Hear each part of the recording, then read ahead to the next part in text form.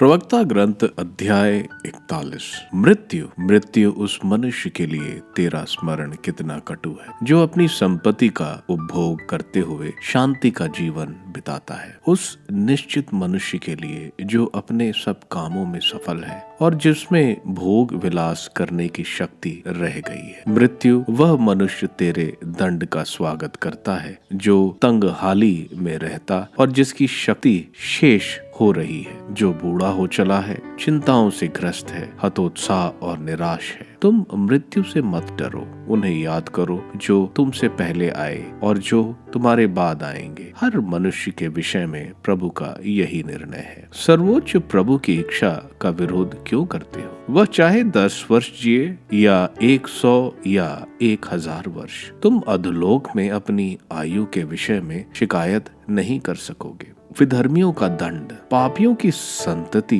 अभिशप्त है। वह धर्मियों के साथ रहती है, पापियों की संतति अपनी विरासत खो देगी और उनके वंशज सदा के लिए कलंकित होंगे। पुत्र अपने दुष्ट पिता की निंदा करेंगे क्योंकि वे उसी के कारण कलंकित हैं। विधर्मियों, धिक्कार तुम लोगों को जो सर्वोच्च प्रभु की संहिता का परित्याग करते हैं। तुम अभिशाप के लिए उत्पन्न हुए हो और मरने के बाद तुम्हें अभिशाप प्राप्त होगा। जो मिट्टी से निकलता वह सब मिट्टी में मिल जाता है। इसी प्रकार अभिशाप के बाद दुष्टों का नाश होता है। नेककामी मनुष्य अपने सिर के लिए शोक मनाते हैं। पापियों का अपयश सदा बना रहेगा। अपने नाम की रक्षा करो क्योंकि वह सोने के हजारों कोशों की अपेक्षा अधिक समय तक बना रहेगा। सुखी जीवन थोड़े दिनों का है किंतु सुयश सदा बना रहता है। लज्जा अपनी प्रज्ञा छिपाने वाले मनुष्य की अपेक्षा अपनी मूर्खता छिपाने वाला मनुष्य अच्छा है। छिपी हुई प्रज्ञा और गुप्त खजाना दोनों किस काम के हैं?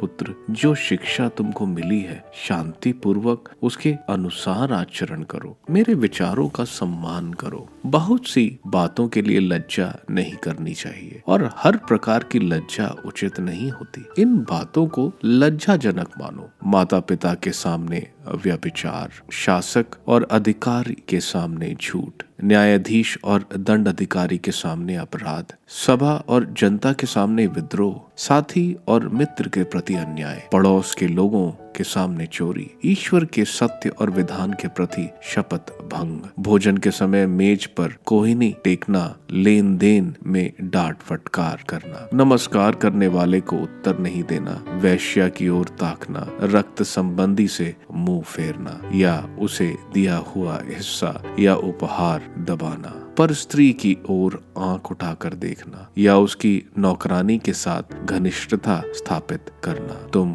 उसके पलंग के पास पैर मत रखो। मित्रों को डांटना, दान देने के बाद फटकारना, सुनी हुई बातों को दूसरों से कहना और रहस्य प्रकट करना। इस प्रकार तुम सच्ची लज्जा का अनुभव करोगे और सब में लोकप्रिय होगे।